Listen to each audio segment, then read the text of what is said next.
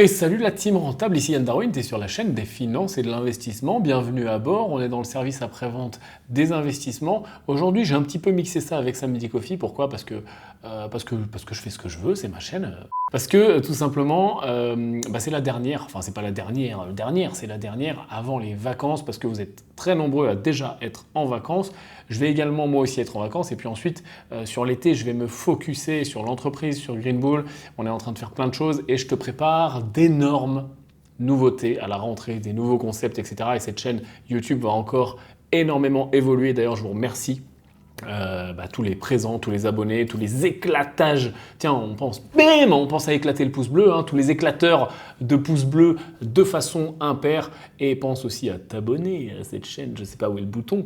Ça fait toujours plaisir, on est bientôt 200 000. Je pense que d'ici la rentrée, on le sera. Et je te prépare des trucs de dingue. Voilà, je ne veux pas t'en dire plus. Aujourd'hui, on va prendre le temps, on va se poser, on va faire le point sur le marché des cryptos. Qu'est-ce qui se passe cet été? Quelle est ma vision pour tout l'été? Et voilà, quels vont être mes différents scénarios? Je vais trop faire le point là-dessus. On va faire le point sur les marchés actions classiques, marchés financiers classiques.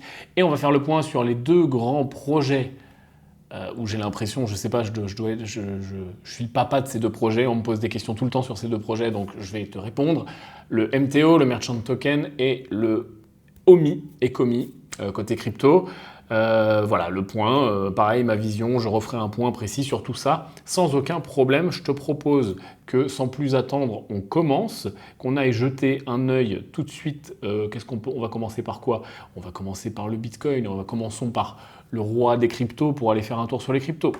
Alors c'est parti, voilà la courbe que tu connais maintenant bien du Bitcoin long terme. Alors voilà, hein, qu'est-ce que tu veux que je te dise?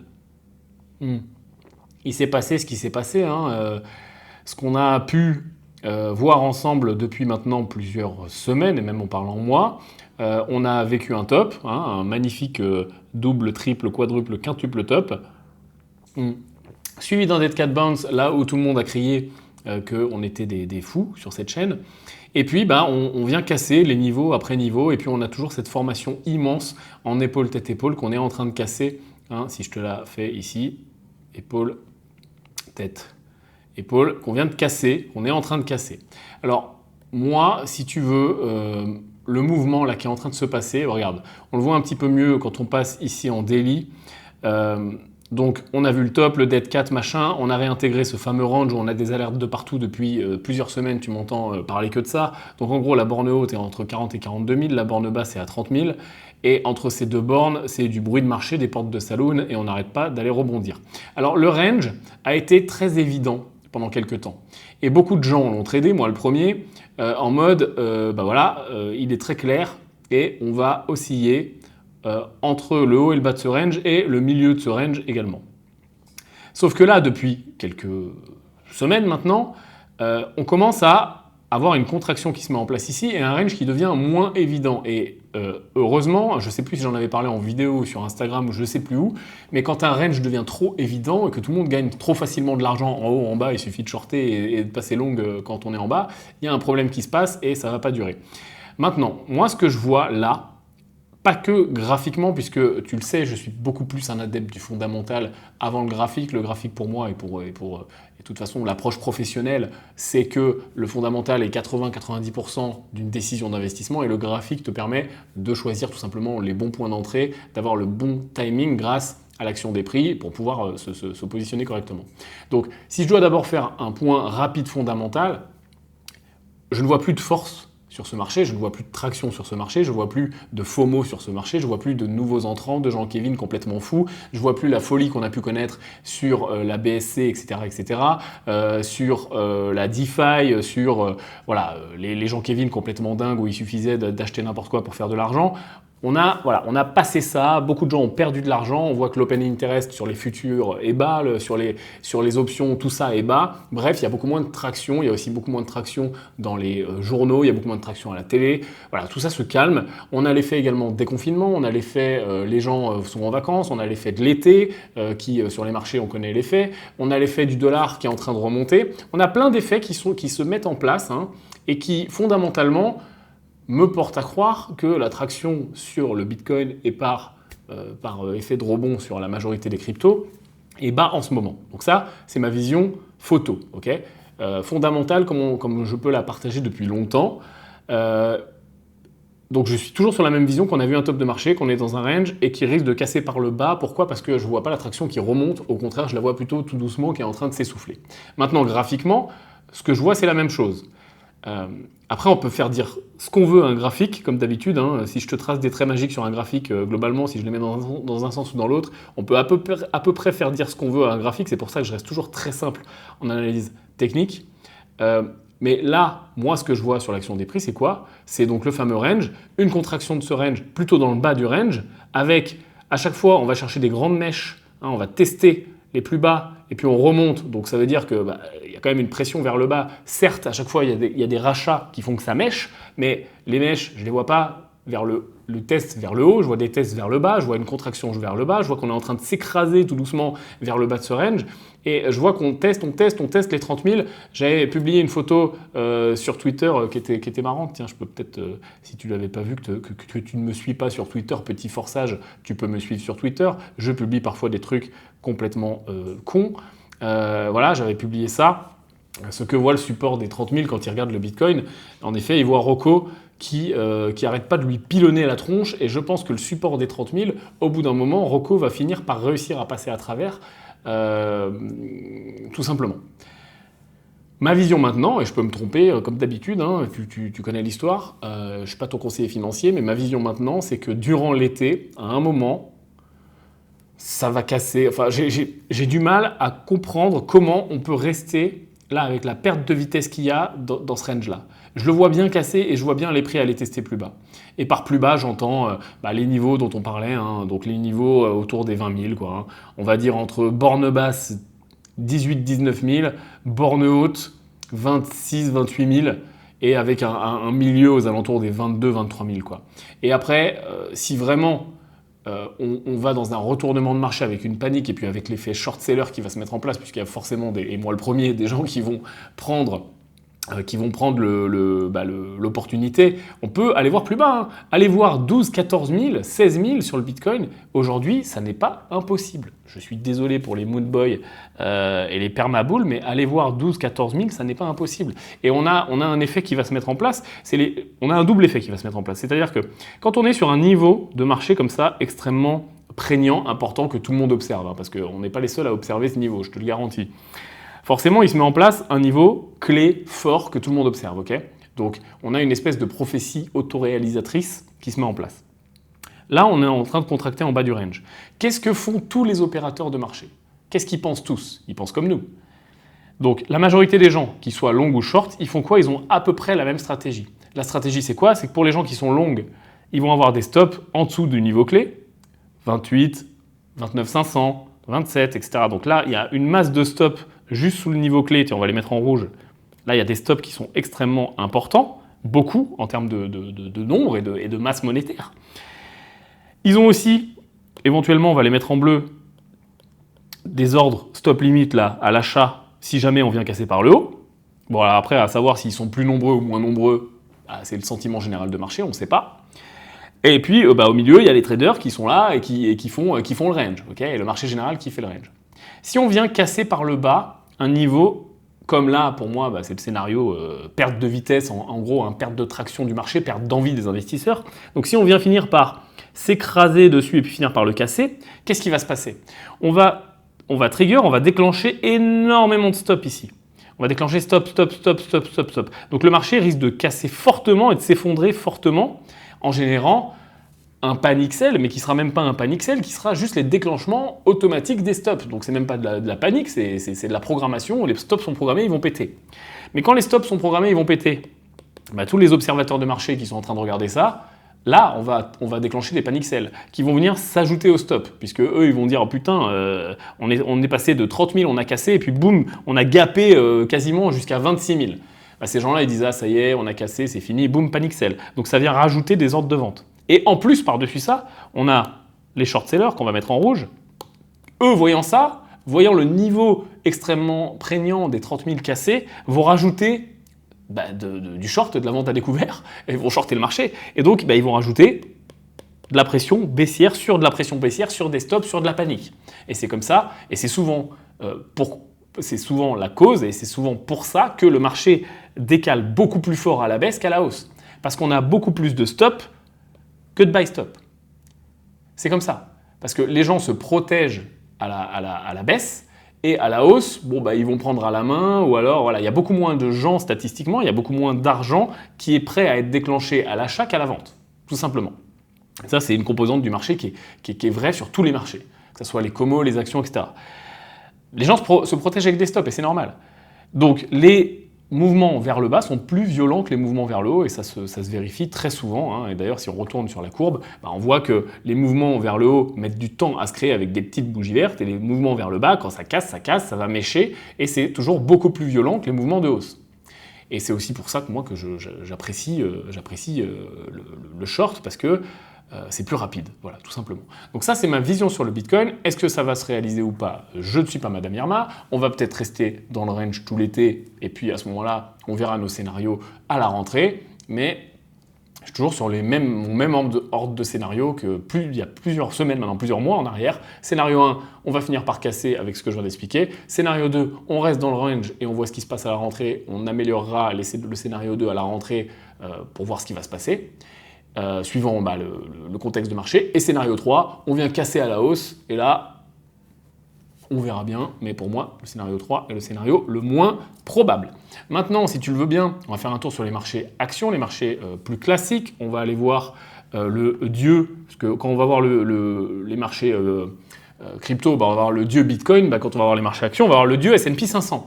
Le S&P 500, côté long terme, on est dans ce canal haussier absolument monstrueux, ce super cycle haussier depuis la crise des subprimes, enfin depuis le recover de la crise des subprimes depuis 2009. On a fait des petites sorties par le bas forcément sur des événements de marché catalystes assez importants et notamment le plus important ici le coronavirus que tu peux voir. Attends, je bois un petit coup de café. Et donc là on est vraiment bien sur le haut de ce range. Donc là il faut juste savoir que en effet, on est sur un haut de range haussier méga long terme, enfin 10 ans, ouais, long terme, bien long terme. Donc, voilà, premier indice. Ensuite, quand on vient se promener sur du un petit peu plus court terme, on voit que depuis le Corona, je vais agrandir un petit peu ça, voilà, on a fait donc ce fameux V-bottom que tout le monde connaît maintenant.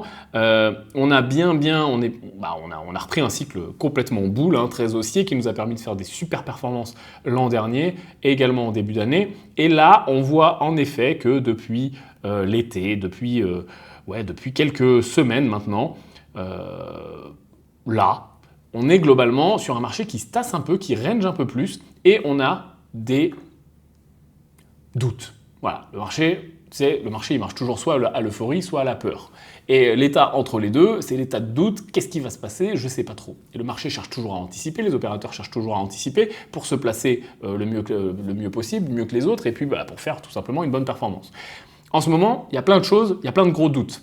Et les gros doutes les plus importants, c'est les taux, surtout la fameuse banque centrale, surtout la Fed, donc la banque américaine et la banque centrale européenne, mais qui va plutôt suivre le mouvement, vu ce qui se passe. Donc les taux, l'inflation, et donc on l'a déjà vu plein de fois ensemble, l'inflation plutôt qui va driver la réaction des banques centrales et donc les taux. Et puis toute la myriade de constellations autour de tout ça, c'est-à-dire les taux obligataires qui vont être influencés, et donc la valorisation des actions. Ce qui se passe aujourd'hui, là maintenant, depuis le début de l'été, c'est que, c'est l'été. Et l'été, on le sait, sur les marchés, à partir de mai, juin, il ne se passe plus grand-chose jusqu'en septembre. Donc, on a un effet range et un effet doute. On a l'effet inflation qui apporte du doute aussi, parce que les chiffres de l'inflation sont importants, relativement...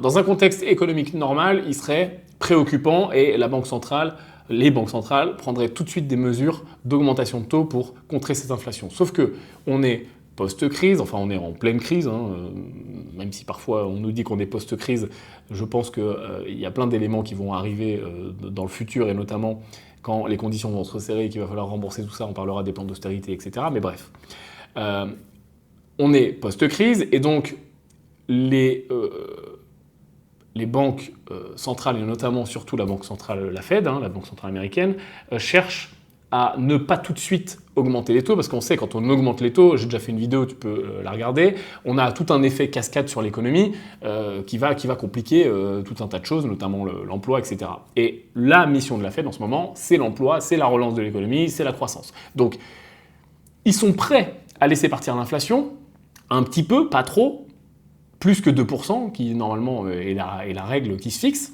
2, 3, 4, 5% pendant un certain temps, parce que ce qui parie, c'est qu'on est juste en train de voir un pic d'inflation, que ça va redescendre, parce que forcément, on a rouvert l'économie, les gens ont plein d'argent de côté, et ils veulent consommer. Donc ça, c'est leur pari. Mais les observateurs, les traders, les investisseurs, les hedge funds, les fonds de pension, les banques, les assurances, etc., eux, qu'est-ce qu'ils font? Ils sont là pour faire tourner le marché, faire de l'argent. Et ils ont peur de la hausse de taux. Ils ont peur de l'effet. Est-ce que l'inflation va être en effet, comme le scénario de la Fed, juste un espèce de petit pic inflationniste qu'on a vu sur le CPI où on voit que bon, ok, ça augmente. Eux, ils parient que bon, on va repartir sur un taux d'augmentation classique avec en ligne de mire les fameux 2%. Mais les opérateurs de marché, eux, ce qu'ils ont peur, c'est qu'on fasse plutôt, on va le mettre en bleu, quelque chose comme ça. Avant de, oui, ok, retourner à la normale. Et donc, si on fait plutôt quelque chose comme ça va forcer les banques centrales à faire une augmentation de taux, puisque au bout d'un moment, on ne va pas non plus laisser courir l'inflation à 7, 8, 9, 10%, ça serait extrêmement contre-productif. Et donc on voit, quand on regarde, qu'on observe, je te passe tous les détails des déclarations de Powell et de tous les membres, etc., des banques centrales, on voit qu'il nous disait, vous inquiétez pas, aucune augmentation de taux avant fin 2023, et puis, peut-être en 2023, et puis peut-être même on envisage maintenant 2022, et ils sont en train tout simplement, puisque ça se passe jamais d'un seul coup, ils sont en train, tout doucement, de venir contracter ça. Donc c'est pour ça que les opérateurs de marché ont peur, sont dans l'incertitude, ils ne sont pas encore dans la peur, et c'est pour ça aussi, ça amène de l'eau au moulin, ça augmente cet effet range. Alors qu'on voit peut-être un petit peu plus sur d'autres indices que les indices américains, qui sont toujours un petit peu plus costauds. Mais là, si je passe en daily sur l'Eurostoxx 600, on le voit ici. On voit qu'on était sur un bon rythme d'augmentation, et puis là, on est dans une incertitude de marché. Donc, pourquoi je te parle de tout ça? Et tu me dis, mais on s'en fout un petit peu des indices, etc. Non. Si tu es dans une optique de trader des actions, ou en tout cas d'en acheter, il faut savoir à peu près où est-ce qu'on se trouve dans le contexte macro. On en a déjà parlé en vidéo. L'approche top-down, c'est un truc qui n'est pas déconnant, c'est-à-dire de dire, ok, le top, c'est quoi? C'est l'économie, c'est les indices, c'est les taux, etc. C'est vraiment tous les éléments qui vont driver de façon macro-éco. Et puis ensuite, une fois qu'on a une vision macro, on descend. Je te prends un exemple très simple. Ça serait bête d'acheter, par exemple, quand on a une vision macro-éco dégueulasse, comme début de la crise du coronavirus, tous les PIB autour du monde se pètent la gueule, et puis on ferme les frontières, et puis on ne peut plus voyager. Ça, c'est l'approche top. Okay, ça serait bête à ce moment-là, quand on descend dans le bottom, de se dire, tiens, le secteur des compagnies aériennes est intéressant, et puis je vais acheter des compagnies aériennes. Non, on comprend bien que si le top il est dégueulasse, le bottom il va suivre, tu vois. Donc l'idée c'est toujours ça, c'est de se dire à quoi ressemble le contexte top, le contexte macro, avant de descendre dans les sous-catégories finalement, et d'aller voir au niveau des secteurs économiques, des sous-secteurs, et donc des entreprises, et donc des actions, et donc d'entrer là-dessus à peu près correctement pour extraire de l'argent du marché. Ensuite, il faut marier ça avec son approche personnelle. Horizon d'investissement, on en parle assez souvent ensemble, on a un mix de l'allocation, c'est-à-dire comment je découpe mon capital, et aussi quel est mon horizon d'investissement. Si mon horizon d'investissement est très long terme, comme sur les portefeuilles très long terme qu'on peut faire, l'approche RLT que je te remets là, vraiment, si tu veux commencer sur les marchés financiers, c'est la première chose à regarder. Avec une approche très long terme, c'est moins grave là de timer le marché. Mais quand on va sur des approches plus court terme, et moi, c'est des approches qui m'intéressent plus. C'est pas qu'elles m'intéressent plus, je fais aussi du long terme, mais disons que intellectuellement, c'est quand même plus stimulant les approches moyen terme, le position trading. Moi, en ce moment, je fais beaucoup de position trading, donc avec un horizon 3 mois à peu près d'investissement, donc assez dynamique, où on a ce domaine de timer le marché. On pourrait appeler ça du swing trading, certains appelleraient ça du swing trading. Donc, voilà, il faut juste corréler les choses ensemble. Donc là, quand tu fais du 3 mois par exemple d'horizon d'investissement, c'est beaucoup plus important de timer correctement le marché. Donc cette approche top-down est super importante, super prégnante, et bien choisir sur quoi j'investis, c'est aussi super important. Donc pose-toi ces questions, ça ne vient pas du jour au lendemain, hein, c'est un process à mettre en place, et l'un n'empêche pas l'autre. J'ai des portefeuilles long terme auxquels je touche absolument jamais, sur lesquels je réinvestis, je fais du DCA, et j'ai des portefeuilles plutôt court terme, plutôt trading, sur lesquels là, il est super important pour moi de timer le marché. Donc c'est ce qu'on essaye de faire. Maintenant, si on retourne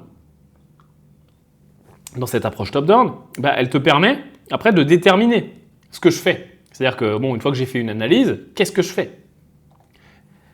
1, j'achète, je vais être très grossier dans l'explication, mais c'est ça. 1, j'achète. 2, je vends. Et 3, je ne fais rien. Il faut quand même comprendre que dans l'investissement, ne rien faire, c'est aussi... on dit souvent dans le trading, ne pas trader, c'est trader.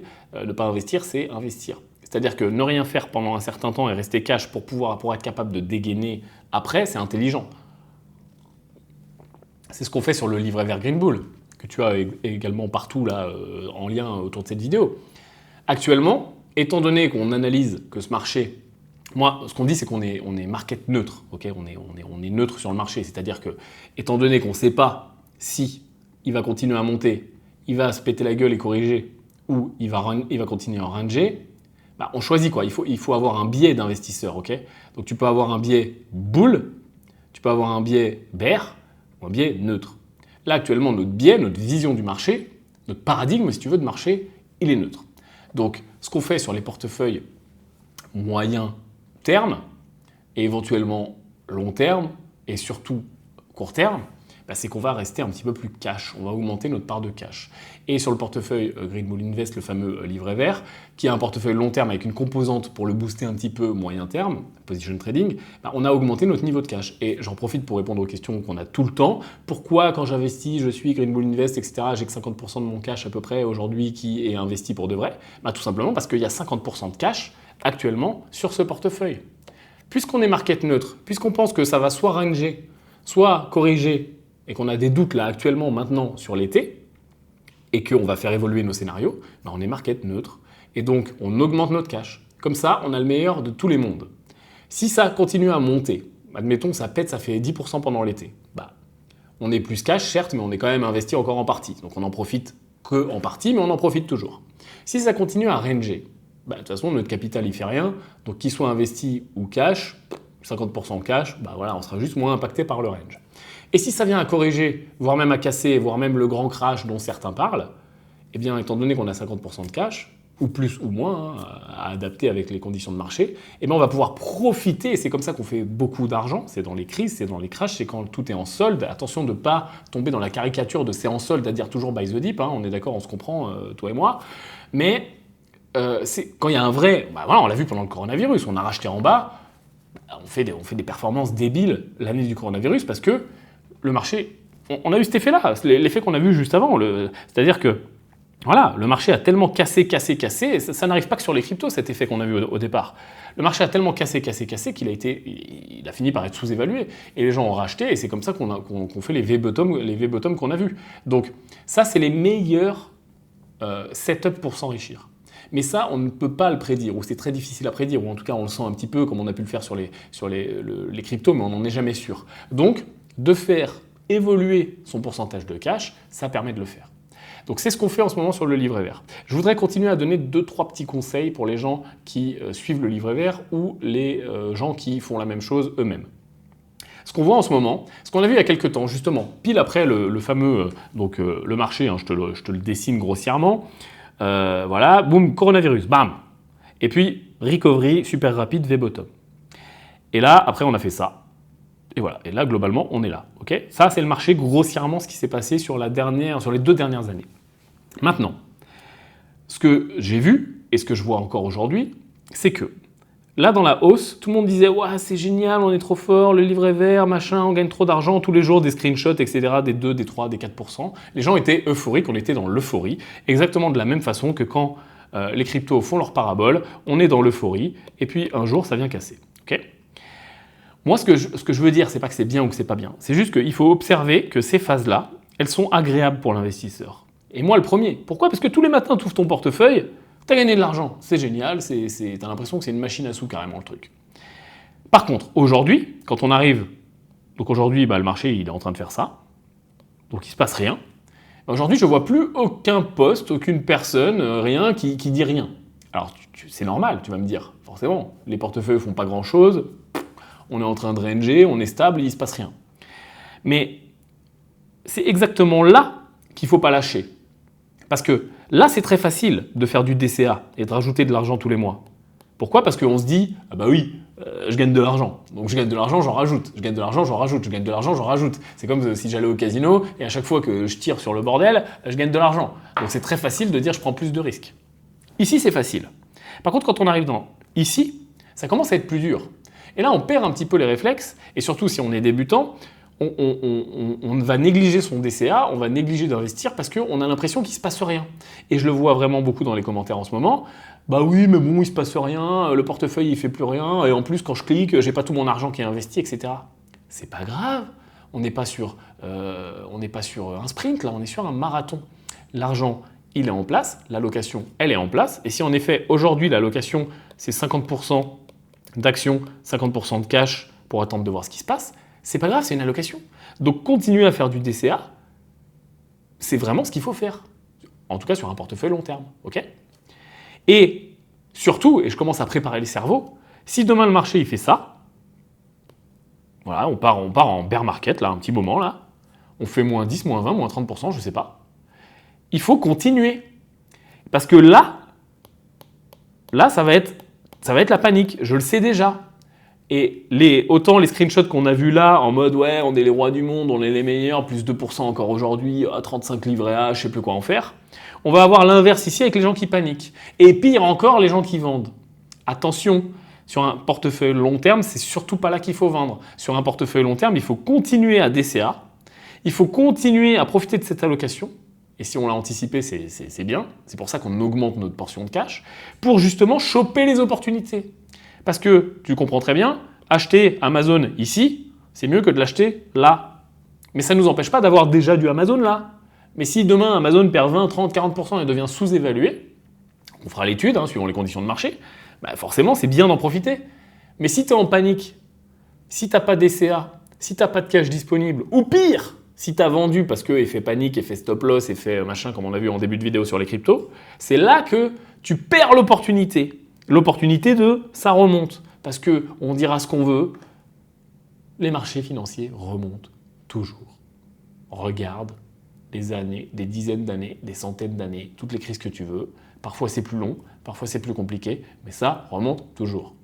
Donc c'est clair que c'est très difficile quand tu as acheté tout en haut et que tu vas tout en bas. Et si ça met 2 ans pour remonter, c'est sûr que, parce que je te rappelle que ça descend plus vite que ça remonte par contre, c'est sûr que là tu vas souffrir.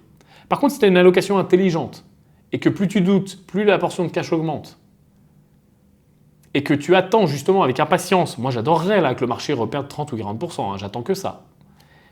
Et là, tu peux dégainer ici, dans cette zone, parce qu'on n'achète jamais pile le bas, on va dire dans cette zone-là. On s'en fout, tu vois. C'est-à-dire que oui, là, les positions que tu avais là, elles seront en perte. Par contre, là, tu vas tellement pouvoir te charger pas cher que quand ça va remonter, à la fin, bottom line, tu auras gagné plus. Ok ?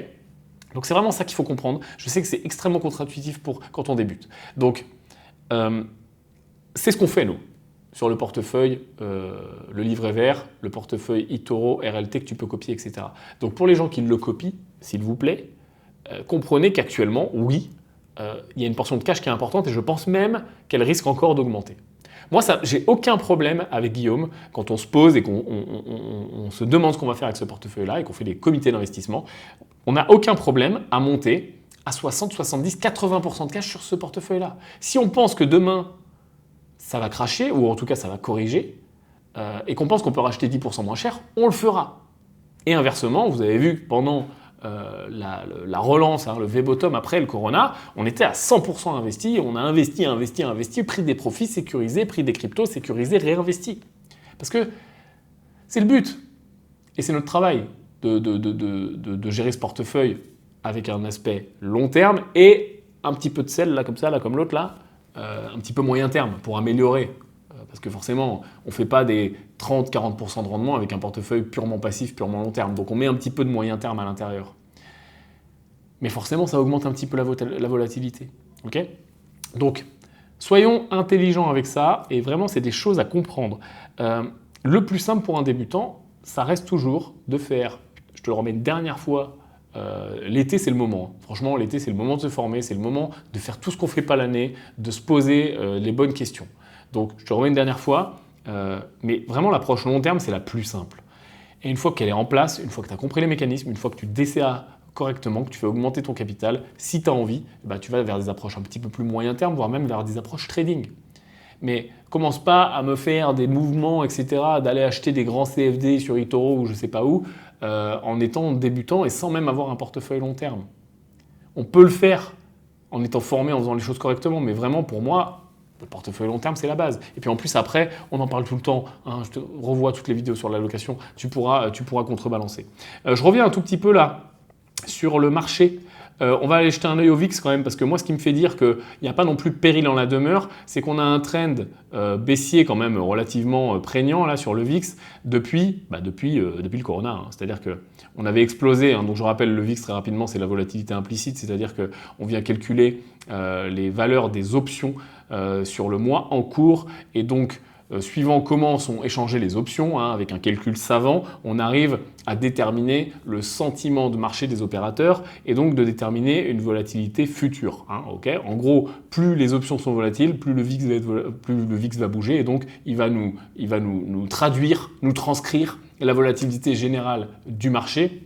Donc en tout cas là pour le VIX sur le S&P 500 hein, qui est encore le roi des indices encore aujourd'hui, donc du marché américain, donc globalement d'une bonne tranche du marché mondial, et ça nous dit, on l'appelle souvent l'indice de la peur, peut-être un petit peu à tort, ça nous explique en tout cas comment les opérateurs voient le marché. Pourquoi ? Parce que ce qu'ils vont faire avec ces fameuses options, pourquoi on a choisi les options pour créer cet indice-là, ce que vont faire les opérateurs, ils ne vont pas acheter et vendre des options pour le plaisir. Ils vont souvent acheter et vendre des options pour se couvrir, dans un sens ou dans l'autre, de gros mouvements de marché par rapport, par exemple, si tu as un biais très fort acheteur, donc tu es très chargé en actions, imagine tu as un gros hedge fund, tu es très très chargé en actions, sauf que là tu commences à te dire putain ça pue, j'ai peur que ça se retourne.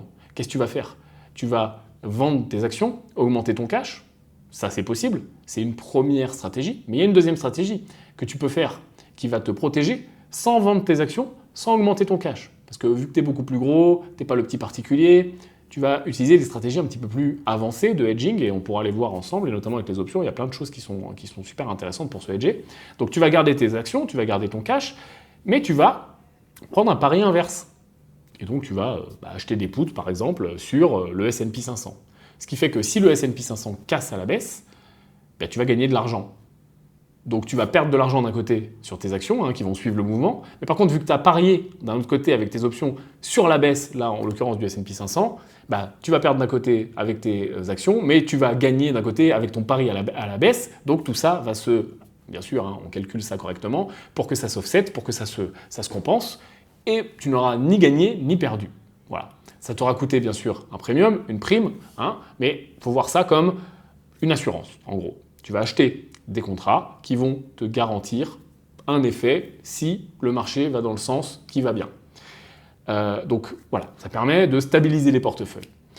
Vu que les gros fonds font ça, les traders, les investisseurs un petit peu sophistiqués font ça, forcément, quand il y a des risques sur le marché, quand il y a une peur qui est en train de monter, beaucoup de gens font ça, beaucoup de gens vont se couvrir. Donc si beaucoup de gens se couvrent, beaucoup de gens utilisent des options. Si beaucoup de gens utilisent des options, ils font bouger la volatilité implicite de ces options. On ne va pas rentrer dans le détail, mais en gros, plus elles sont demandées, plus les market makers vont augmenter la volatilité pour augmenter le prix et pour pouvoir se hedger eux-mêmes correctement, etc. C'est des schémas un petit peu complexes, si tu veux, on en parlera en détail dans une vidéo dédiée. Mais toujours est-il qu'en gros, plus de gens, c'est un petit peu la loi de l'offre et de la demande, plus de gens veulent des contrats d'options, et plus ces prix augmentent, plus la volatilité de ces contrats augmente. Et ce qu'on a fait, c'est qu'on a traduit ça dans cet indice-là. Donc en gros, lui, il retranscrit s'il y a plus ou moins de gens qui utilisent ces fameux contrats dérivés. Okay, et forcément, s'il y a plus de gens qui les utilisent, potentiellement, ils ont peur. Donc c'est pour ça qu'on appelle cet indice l'indice de la peur. Mais en réalité, c'est plutôt un indice de volatilité qui va nous donner le sentiment de marché sur la volatilité. Et notamment sur le risque sur les portefeuilles. Pourquoi ? C'est très simple. Si le VIX, regarde, actuellement, il est à 16,90, ok, 17. Ok, on s'en fout de savoir ce que ça veut dire. C'est des points, c'est un indice, ok. Mais ce qu'on comprend, c'est que si il passe de 16 à 30, du jour au lendemain, il a augmenté de 100%. Ok, donc là, il y a un gros truc qui se passe sur le marché. Comme on peut le voir sur le début du Corona, le 20-21 février, on était aux alentours de 17. Le lendemain, on est à 26. Et puis quelques jours plus tard, on va grossir ça. La semaine d'après, on est à 40 et puis on monte à 85. Donc là, on se rend compte qu'il se passe énormément de choses sur les fameux contrats dérivés, donc énormément de choses au niveau du risque perçu par les opérateurs. Alors on l'a vu, hein, le marché se pète la gueule, donc tout le monde cherche à se protéger avec, en l'occurrence, une partie en contrat d'option, et donc forcément le VIX retranscrit ça. D'accord ? Donc le VIX, il retranscrit vraiment la psychologie des opérateurs par rapport au risque sur leur portefeuille. Et nous, on peut l'utiliser d'une autre façon, quand on est investisseur ou trader, c'est pour justement avoir une espèce de baromètre. Et là, si demain, le VIX passe de 16 et quelques à, par exemple, 30, qui double, ça veut dire que le risque perçu a doublé sur les portefeuilles. Et donc la volatilité perçue, en tout cas future, a doublé. Ça veut dire que pour un investisseur long terme, pour un portfolio manager long terme, son risque a doublé. Par contre, pour un trader, son risque certes a augmenté, mais la volatilité du marché a augmenté et est prévue d'augmenter si le trend se continue. Et donc pour lui, c'est intéressant.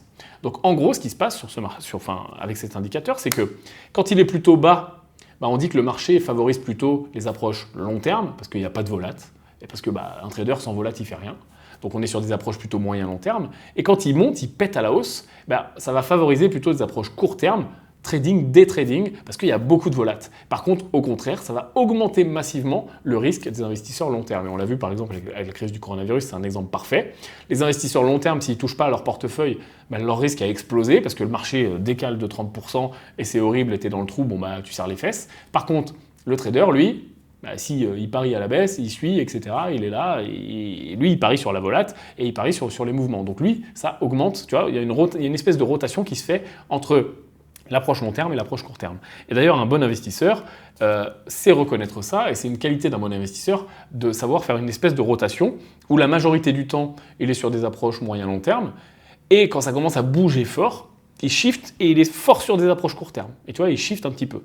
Parce que les approches court terme, typiquement, on l'explique souvent, et notamment avec les pilotariats, ne pas trader, c'est trader, et il y a des jours où il n'y a rien à faire. Et vouloir cliquer tous les jours sur le bouton, vouloir tous les jours être sur le marché, tous les jours trader, avec des approches court terme, c'est contre-productif parce que 80% du temps, le marché ne connaît pas assez de volatilité. Et on le voit très bien sur le VIX, 80% du temps, le marché est plutôt bas et parfois, il y a des pics de volat. Et là, on le voit même sur les trends baissiers, on est bas, hop, il y a des risques pics de volat. Pourquoi ? Parce que nouvelle info coronavirus, nouveau variant, peur d'un effondrement dans tel ou tel pays, mauvaise nouvelle, etc. Et on retourne à la moyenne, et hop, pic parce que mauvaise nouvelle, on retourne à la moyenne, pic, mauvaise nouvelle, etc. Toujours est-il que le trend est quand même globalement baissier. Tu vois, on n'est pas en train d'être sur un range comme on était avant le corona, avec des incartades au-dessus des moyennes mobiles, etc. Donc oui, on voit des gens qui disent « Ah là là, va peut-être y avoir un méga crash, etc. » C'est possible, je ne suis pas Madame Irma, mais là, globalement, quand je regarde le VIX, et on a le même là sur l'Eurostoxx, donc le VIX, c'est sur le S&P 500 qu'on va regarder globalement en premier, parce que bon, tu as compris que le S&P 500, c'est plutôt le roi. On a le même sur l'Eurostoxx 600, donc les 600 plus grosses capitalisations européennes. Je te rappelle que toute l'Europe est égale à peu près aux États-Unis. Si on prend toute la zone euro, on est à peu près sur les mêmes niveaux d'impact sur l'économie mondiale. Donc tu vois, c'est pareil, on est sur un trend baissier, etc.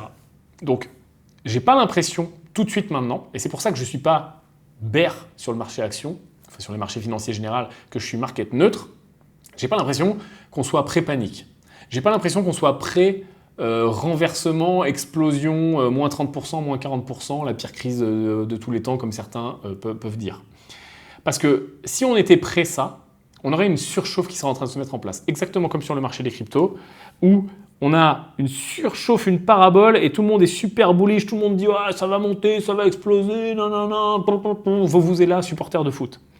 Et là, si on voit ça parabole, plus augmentation de la volatilité implicite tout doucement, avec, voilà, et après il y a plein d'autres indicateurs dont on pourra parler éventuellement.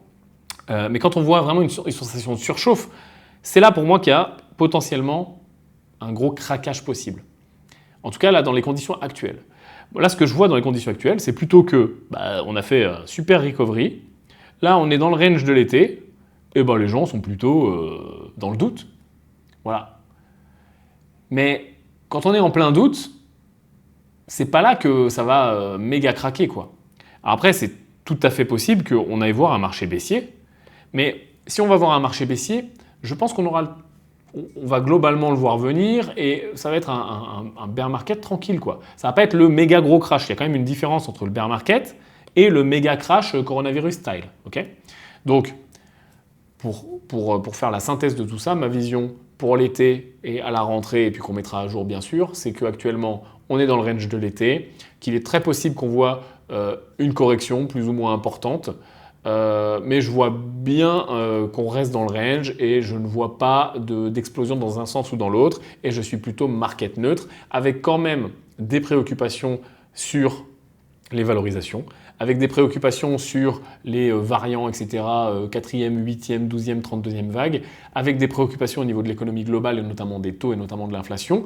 Donc, je marche quand même sur des œufs, donc augmentation des niveaux de cash, et équilibrage des portefeuilles. Je fais une parenthèse pour les gens qui font des approches long-short, donc des portefeuilles avec des longues et des shorts. Moi, c'est mon approche notamment sur le position trading. En ce moment, je veille vraiment à être bien balancé au niveau de mes longues et de mes shorts. En général, ce qu'on fait, c'est qu'on a toujours...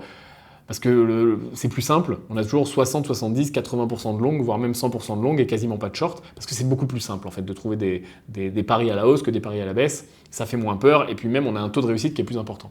Sauf que là, étant donné que je suis market neutre avec une propension à ce que peut-être ça corrige quand même, avec d'un côté sur les portefeuilles un petit peu plus long terme ou même de façon générale une augmentation des niveaux de cash pour pouvoir saisir des opportunités, je me dis, voilà, je cherche à équilibrer les longues et les shorts pour avoir un bon ratio. Comme ça, si le marché pète dans un sens, j'en profite, je me hedge long contre short. S'il pète dans l'autre sens, à peu près pareil. Et si ça range, c'est là que ça commence à être moins cool pour moi.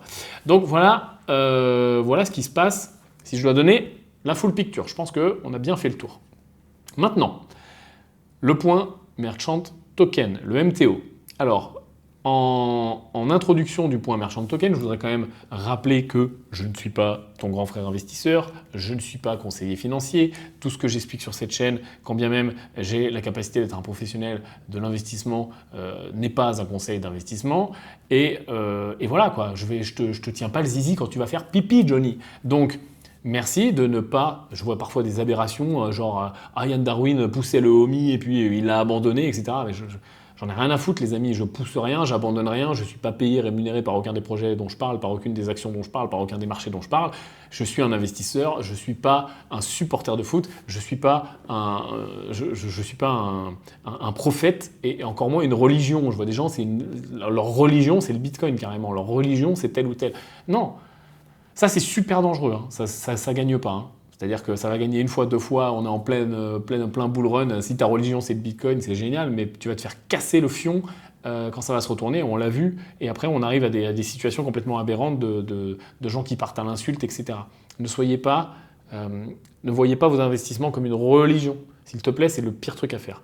Je fais quand même un point MTO parce que tout le monde m'a posé des questions et il y a beaucoup de gens, je sais, de la communauté ont investi à l'intérieur. Je te rappelle qu'on avait bien expliqué que c'était quelque chose de spéculatif, de touchy, d'un petit peu dangereux, qu'ils étaient nuls en communication et qu'il y avait même des doutes que ça soit une arnaque. Donc maintenant, je voudrais bien remettre tout au même niveau. Allons faire un tour sur leur Twitter. Donc leur Twitter est là. Alors, clairement, pour moi, si je dois mettre les pieds dans le plat, on n'est pas sur un scam. Je voudrais juste qu'on revienne sur la définition, les amis, parce que ça me rend fou, ça aussi. Un scam, ok. En plus, je suis sûr que plein de gens l'utilisent sans savoir que la traduction anglaise, ça veut dire arnaque. Hein. Scam, ça veut dire arnaque en anglais. Ok. Donc, quand vous criez scam, scam, scam, un scam, c'est une arnaque, d'accord. MTO n'est clairement pas une arnaque. Pourquoi? Parce qu'ils ne sont pas partis avec la caisse à aucun moment, ils n'ont pas fait des trucs complètement dingues, illégaux, etc. Il n'y a rien d'illégal, il n'y a rien de... Ils existent toujours, ils répondent aux questions des gens, etc. Par contre, en effet, on est d'accord, ils sont méga nuls à chier en communication. Ils sont pas bons, ils n'ont pas été bons sur la gestion de l'ICO, ils n'ont pas été bons sur la gestion de crise, ils n'ont pas été bons sur la réponse aux gens, à la communauté. Ils sont vraiment nuls.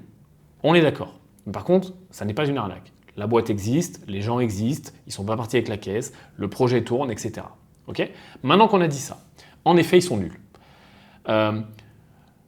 On avait peur que ça dump au listing. Le listing a été, je te rappelle, alors je te refais l'historique pareil, le listing était censé être le 11 juillet, sauf que ce qui s'est passé, c'est qu'ils ont commencé à lister le 6. Ce qui s'est passé, c'est qu'au lieu de distribuer les MTO à tous les holders sur tous les portefeuilles en même temps, ce qui aurait été quand même super intelligent, ils ont distribué en batch. C'est-à-dire que Jean-Michel, il a reçu le 5 ou le 6 ou le 8, et puis Jean-Claude, il n'a pas encore reçu, et puis Jean-Kévin, il a reçu entre les deux. Donc forcément, ces gens-là, il y en a certains qui ont vendu avant d'autres, et donc ils ont eu... Enfin, ça n'a pas été fair, il n'y a pas eu d'égalité, ça n'a pas été égalitaire entre les gens, entre les holders et entre les gens qui ont investi, et moi le premier, dans le projet. Et en effet, on s'est senti vachement lésé par le projet, parce que tu investis dessus, en plus... On est rentré relativement early on te prend pour un con, quoi. Donc, approche investisseur, relations publiques, même communautaire, etc. Enfin, franchement, c'est à chier. Moi, c'est pas du tout ma façon de faire. Et tu le sais, avec Redmove, c'est pas notre façon de faire. On traite pas du tout nos clients, notre communauté. Enfin, je les trouve à chier. Ok ? Maintenant, on doit pas être religieux avec nos investissements, on doit garder les pieds sur terre, on ne doit pas faire n'importe quoi, et on est là pour gagner de l'argent. Donc, ce que je voudrais expliquer, c'est que maintenant, il y a deux grandes stratégies. Soit tu vends, et tu récupères ce que tu peux récupérer, alors on va aller voir le prix. Voilà, on a ça un peu remonté, c'est cool. Donc là, on est à 0,50. Là, on a l'historique depuis le listing, quasiment depuis le listing. Alors, ils ont vraiment listé à 3,20, on ne l'a pas là sur le graphe. Mais étant donné que quand ils ont listé à 3,20, il y avait peut-être 2 ou 3 à 5% des gens qui avaient touché leur token, ils ont vendu direct, ils ont fait baisser le prix, donc on s'est retrouvé dans les 0,20. Donc finalement l'ouverture de l'ICO. Ça a baissé. Boum, on a une première explosion aux alentours de 0,70 et là on se promène entre 0,50 et 0,60 avec un trend qui a l'air d'être un petit peu haussier. Maintenant, moi, on m'a posé plein de questions. Personnellement, je ne vends pas parce que je ne vais pas vendre à ce prix-là. Ça m'a saoulé. Je ne suis pas dans une ICO pendant 3, 4, 5 mois pour vendre à ce prix-là. Je pense que malgré le fait qu'ils sont nuls, il y a des choses qui vont nous sauver, notamment le fait qu'il y a très peu de supply. Il y a des choses qui nous ont fait mal, notamment le fait que la fin de l'ICO s'est produite au pire moment, c'est-à-dire on a vu le top des cryptos, Dead Cat, tout le monde a crié à la fin bear market, pas bear market, machin, etc. C'est le pire moment. Je veux dire, l'ICO ce serait fini il y a 15 mois, et on était déjà à 15 balles maintenant. Donc, il n'y a plus cette traction, tu vois. Donc, je ne vais pas vendre maintenant, tout en bas, quand il n'y a plus de traction, au pire moment, etc. Je vais faire exactement ce que j'avais partagé en vidéo il y a quelques temps, c'est-à-dire que je vais hold, parce que de toute façon, comme je l'avais expliqué, j'ai une petite allocation là-dessus parce que depuis le début, on a des doutes. Depuis le début, c'est bizarre. Donc, j'ai mis, encore une fois, l'importance de l'allocation. Si tu as fait une bonne allocation, notamment sur des trucs super spéculatifs d'ICO, etc., de tokens bizarres, en plus avec une équipe un peu chelou, forcément, tu diminues ton allocation. On ne fait pas des grands all-in et encore moins. Il faut adapter son entrée à notre conviction. Donc moi, vu que j'avais peur, et j'en ai déjà parlé, et j'espère que tu as été raisonnable, j'ai une petite allocation. Alors je suis rentré tôt, donc j'ai pas mal d'unités, mais j'ai une petite allocation en termes de dollars investis. Donc je vais hold ça 6 mois, 1 an, 2 ans, on verra. Et puis je vais prendre le pari que si le marché repart et qu'ils sont pas trop mauvais, alors ils commencent à s'améliorer, on va le voir juste après. Je vais parier sur le fait qu'il n'y a pas beaucoup de supply. Je vais parier sur le fait que le projet, s'il est mené à bien et que l'équipe se réveille un peu le fion, il n'est pas si con. Il a peut-être de l'avenir et ça peut marcher. Et l'effet il a de l'avenir, L'équipe se réveille un petit peu. Il y a quand même pas mal de gens qui ont investi là-dedans parce que l'ICO, par contre, ils ont été bons sur l'ICO, la boîte de marketing derrière qui a fait le truc, ils ont été bons. Donc il y a quand même beaucoup d'investisseurs. Donc je vais aussi parier un petit peu là-dessus, sur le fait que les gens vont rester, qu'ils vont en parler autour d'eux. Et je vais parier sur tout simplement soit la reprise du bull run actuel, bon, qui pour moi, voilà, on ne sait pas. Peut-être qu'il y aura une deuxième phase, tout à fait, hein, c'est tout à fait possible. Ou alors le prochain. Et je vais parier là-dessus, et puis voilà. Parce que typiquement, ce qui peut nous sauver là-dessus, c'est voilà, la force du projet, s'il est mené à bien. La boîte, même si elle était très nulle sur l'ICO, elle existe quand même et elle fait des trucs quand même qui sont pas dégueux. C'est une boîte qui a quand même pignon sur rue et qui a des bons partenariats avec des entreprises intéressantes dans le domaine du paiement online. Ils vont être listés sur des exchanges. Là, il faut quand même comprendre que ils sont listés, mais voilà, Uniswap, etc. Enfin, c'est pas là que ça se passe, quoi. Si demain ils sont listés sur Kraken, si demain ils sont listés sur Binance, si demain ils sont listés sur Huobi ou je ne sais quel gros exchange international, là forcément le prix va monter. Il y a peu de supply, il y a peu de floating, il y a peu d'échanges. Enfin, il faut quand même voir que il n'y a pas de volume, hein. Les prix bougent, mais il n'y a que dalle comme volume. Tu vois, 1 million, 1,3 million en 24 heures, c'est rien, quoi. Donc voilà, je vais parier sur tous ces effets et je me dis que là, sur un malentendu, bah, peut-être que le truc il va remonter à 3, à 5, à 10. Et vu la gueule du supply et du floating, etc., on est sur un token qui peut tout à fait aller chercher du 5, du 10, du 15, du 20 dollars. Si les planètes veulent bien s'aligner, comme on l'a vu sur plein, regarde, on l'a vu sur ICP, on l'a vu sur plein de projets qui sont sortis de nulle part en bull run et qui ont explosé. Donc voilà, moi je fais une balance entre mon risque sur mon cash, qui est faible parce que je n'ai pas investi beaucoup, parce que j'ai une petite allocation, et l'upside potentiel si jamais les planètes veulent bien s'aligner et que le truc explose, il en a la capacité. Donc c'est ça qui me pousse à ne pas vendre. Maintenant, si tu veux faire un moite-moite, si tu veux racheter en bas, si tu veux, voilà, je ne rachète pas non plus, je garde ce que j'ai, je suis content, j'ai un nombre d'unités quand même significatif, voilà. Voilà, je ne peux pas dire mieux sur Merchant Token. Je peux quand même dire un dernier truc, c'est que, tiens, on va aller sur Up, leur Twitter.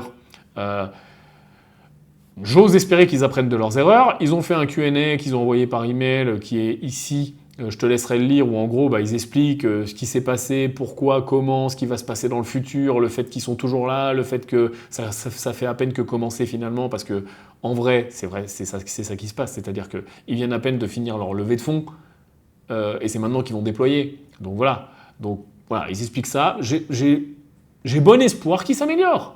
J'ai bon espoir qu'ils s'améliorent, qu'ils n'aient pas le choix de s'améliorer, et puis on verra ce qui se passe. Je ne peux pas dire mieux sur MTO. Voilà, je ne peux pas dire mieux sur MTO. Maintenant, on va aller sur Ecomi, le fameux Omi. Pareil, alors là j'ai l'impression que je suis le tonton de Omi, donc je vais faire un point. Je ne suis pas, encore une fois, religieux avec mes investissements. Je vais faire un point très précis sur Omi. Omi, tu le sais, j'y crois à long terme. C'est un des rares projets auxquels je crois à long terme, enfin en tout cas un des rares projets petits, side, auxquels je crois à long terme. Pourquoi ? Parce que j'ai déjà fait une vidéo dessus, ils surfent sur les NFT, il y a le côté licence, l'entreprise pour le coup est super smart, l'entreprise pour le coup communique super bien, ça n'a rien à voir, c'est le jour et la nuit versus Merchant Token en termes de puissance sur les réseaux sociaux, en termes de communauté, en termes de communication, en termes de bienveillance même avec la communauté, etc., en termes d'amélioration de l'app, bref, j'y crois toujours autant. Par contre, j'en avais parlé il y a quelques temps, j'en parlais moins, et puis j'avais prévu une vidéo que j'arrête pas de repousser et que je vais encore repousser parce qu'on était dans un trend baissier et je ne peux pas, j'ai quand même un petit peu d'éthique, je ne peux pas mettre en avant un projet en plein trend baissier parce que je sais très bien que si je fais une vidéo, j'ai beau dire toujours la même chose, attention, c'est ton zizi, c'est toi qui appuies sur le bouton, je sais très bien que des gens ne vont pas réfléchir, ils vont cliquer. Donc, je ne l'ai pas fait. Moi, comme expliqué, j'y crois à long terme. Je me suis un petit peu déchargé pendant la baisse pour racheter plus bas. Je l'ai un petit peu tradé. J'ai baissé mon prix moyen j'aurais trouvé aux alentours de 0,35, 0,37 de PRU. Je pense que je vais attendre de voir maintenant ce qui se passe sur le marché crypto générale. Si on reste dans le range, eh ben, je suis content avec ce que j'ai et puis je rachèterai peut-être sur les cassures, je ne sais pas. Si on vient à péter par contre et que le Bitcoin vient à péter par le bas, bon bah là, Omi il ira à la cave comme tout le monde et puis je continuerai à baisser mon PRU en allant chercher un vrai gros bottom et je prendrai 20, 30 millions, 50 millions d'unités supplémentaires et puis voilà, je reste à long terme là-dessus. Tant qu'il n'y a pas de changement, bien sûr, c'est toujours pareil, hein. Si demain le CIO il se fout à poil sur les réseaux sociaux et il fait l'hélicoptère avec l'application, on fera évoluer les choses. Mais je veux dire, tant que le contexte macro il reste propre, voilà, je crois toujours à ce projet, les amis. Mais je ne suis pas un supporter de foot, je n'en parle pas tous les jours et puis j'ai pas non plus la prétention de croire que parce que je vais faire 3 vidéos dessus, je vais influencer le cours. On n'est pas encore à ce niveau sur la chaîne, mais peut-être que si tu t'abonnes et qu'on est bientôt 5 millions, on y arrivera. Hein, on commencera à s'amuser. Voilà le point que je peux faire sur Omi. Voilà le point que je peux faire avec toi sur le marché général. Je vais te souhaiter de très bonnes vacances, un très bon été. Moi, tu vois que j'en ai besoin. On vient de terminer, enfin, on a quasiment terminé la levée de fonds Green Bull. En une semaine, on a eu plus de, pareil, 90%. Là, aujourd'hui, on est à plus de 90% de souscription à la levée de fonds. Donc, merci. Je fais un big up aux actionnaires historiques et puis aux nouveaux qui sont en train de nous rejoindre. Si tu as raté le truc, c'est pas faute de te le dire depuis des semaines, hein, de t'inscrire sur myclubdeal.com. C'est là qu'on met en place tous nos club deals et qu'on les propose pour partie à la communauté. Donc merci aux nouveaux actionnaires. On a beaucoup de travail, on prépare vraiment la rentrée.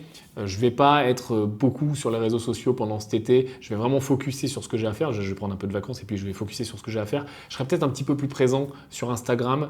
Je vais tester quelques trucs. Je vais faire quelques lives. Si tu veux me suivre, je te le remets par là, mon Instagram. Hop, petit forçage tant qu'on y est. Sur YouTube, ça va être calme. Et on se retrouvera à la rentrée. Une dernière fois, je te remercie.